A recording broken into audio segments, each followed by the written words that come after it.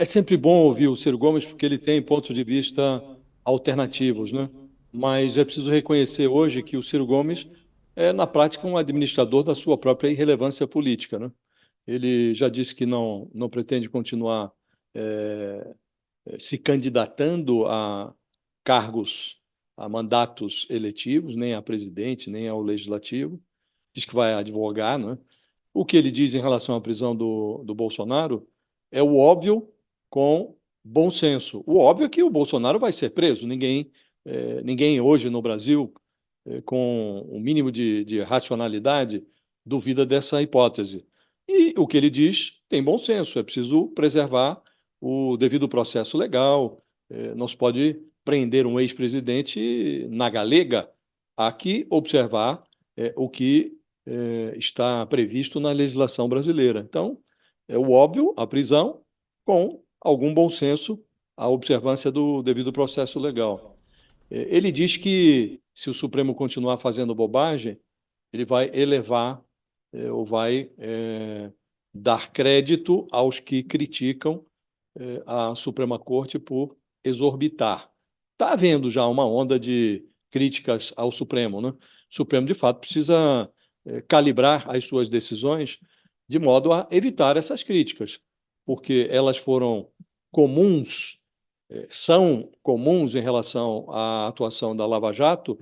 O Supremo deu corda a essa crítica que se fez à Lava Jato, considerou que houve exorbitância na 13ª Vara, declarou que o Sérgio Moro foi um juiz suspeito, anulou condenações proferidas na 13ª Vara, então não é razoável que o Supremo agora, ele próprio, exorbite. Em relação ao modelo econômico, não houve nenhuma virada de mesa, nenhuma revolução, mas, evidentemente, depois do início da gestão Lula, o Fernando Haddad, acomodado no Ministério da Fazenda, ele restaurou o compromisso do governo com a responsabilidade fiscal.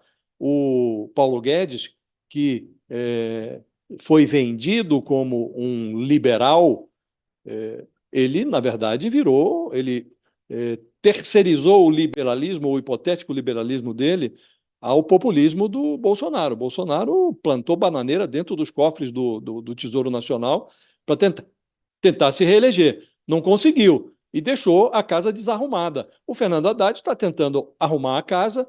Num primeiro ano, ele conseguiu botar ali, botou o sofá em pé, restaurou o abajur, arrumou o lustre, trocou lá o teto de gastos que estava furado.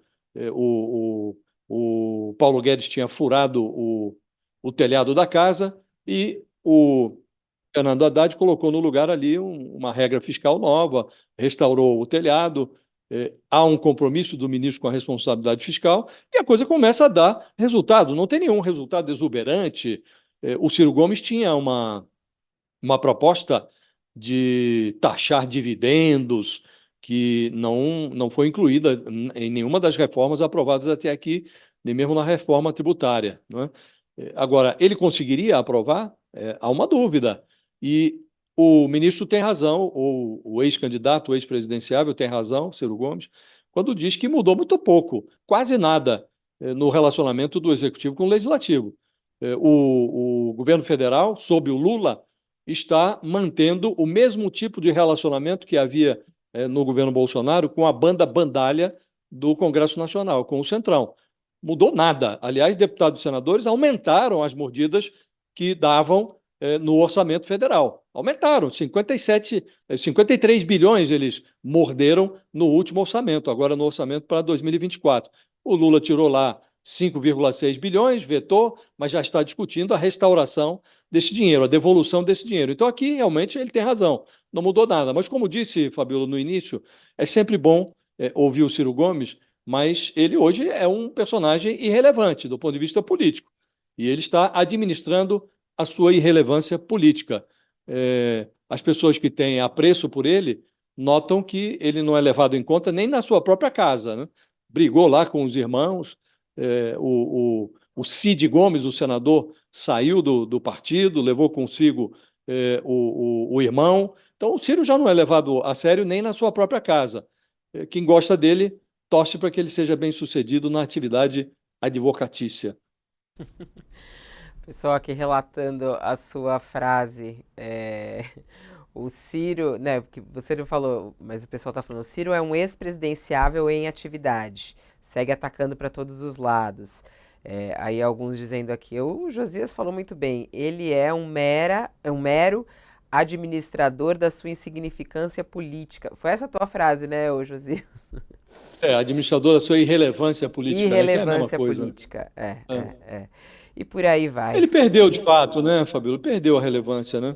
E ele Mas é um abdicou político muito inteligente, né? Ele muito. É sempre bom muito ouvi-lo, é inteligente, é sempre muito bom ouvi-lo. interessante. Tá desligado o seu som, Thales. Ele tem certa razão na mágoa que ele tem do PT e do Lula. Por quê? Porque ele foi um aliado do PT, um aliado do Lula, esteve ao lado do Lula, inclusive quando o Lula foi preso, e o PT e o Lula barraram o caminho dele, a candidatura dele à presidência. E houve um momento em que se pensou que a chapa Ciro, com o Haddad como vice, poderia enfrentar o Bolsonaro, poderia ter vencido o Bolsonaro em 2018. Era uma possibilidade, não é que fosse ocorrer, mas era uma possibilidade. E ele acha que foi garfado pelo Lula, que vetou isso, e pelo PT, que também não queria que houvesse o Ciro candidato. E ele guarda essa mágoa. Isso daí não se faz política com o fígado, já disse alguém. Então, o que com o Ciro é isso, ele está fazendo política ainda com o fígado. É compreensível porque realmente foi colocado à margem, tendo sido um aliado o tempo inteiro. Ele até, inclusive, contou isso pra gente, né, no nosso. Quando a gente fez o UOL entrevista com ele, se não me engano, um tempo atrás, ele contou exatamente esse dia, né? O Lula estava preso, inclusive, né? Ele contou sobre essa conversa, foi Contou muito e forte. deu detalhes, né, Deu Fabíola? Deu detalhes. detalhes. Ele disse que foi mais do que uma mera possibilidade. Discutiu-se a sério essa hipótese da formação da chapa Ciro Gomes e Fernando Haddad. O Haddad foi à prisão, onde se encontrava o Lula, discutiu com ele e o Lula desautorizou a operação. O Haddad já tinha conversado com o Ciro, houve inclusive uma reunião na casa do ex-ministro Delfim Neto, isso foi discutido a sério. O Lula vetou e não admitiu a composição, e, de fato, o Ciro Gomes guarda essa mágoa no refrigerador. E ele retira sempre que faz comentários sobre o petismo, sobre o governo Lula, sobre o próprio Lula, e essa mágoa ele vai levar para a sepultura.